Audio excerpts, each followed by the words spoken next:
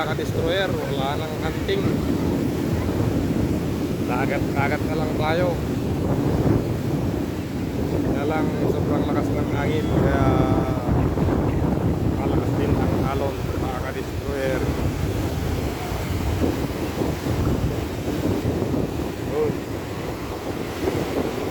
Nakakaalam sa lugar na to. Ganda yung sunset nila.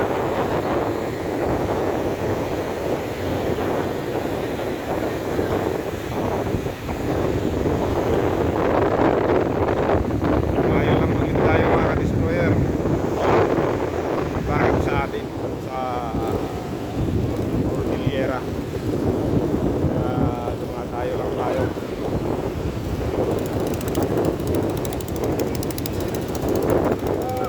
Ayan, destroyer pa rin tayo, kaya lang hindi na natin ina-upload. Mahirap na, pag-ibigan na tayo.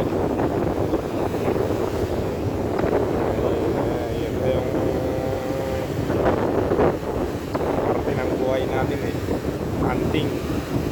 Pero pang consumption lang naman, hindi naman natin sinisira ang kalikasan. Talaga namang pangkain lang ang kinukuha natin.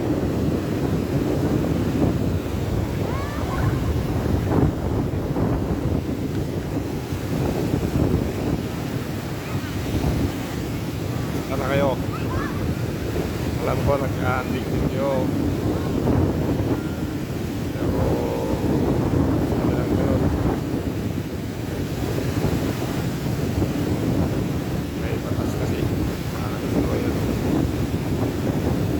pero dapat yun kung kunti lang naman sana, kasi mga peste naman talaga yun, mga tinitira natin, lalo na tayo.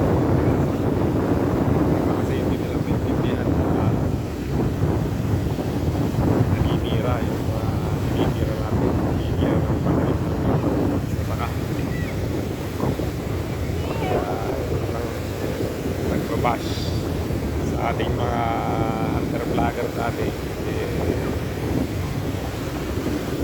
hindi nila maintindihan yung mga sinasabi nila. Talaga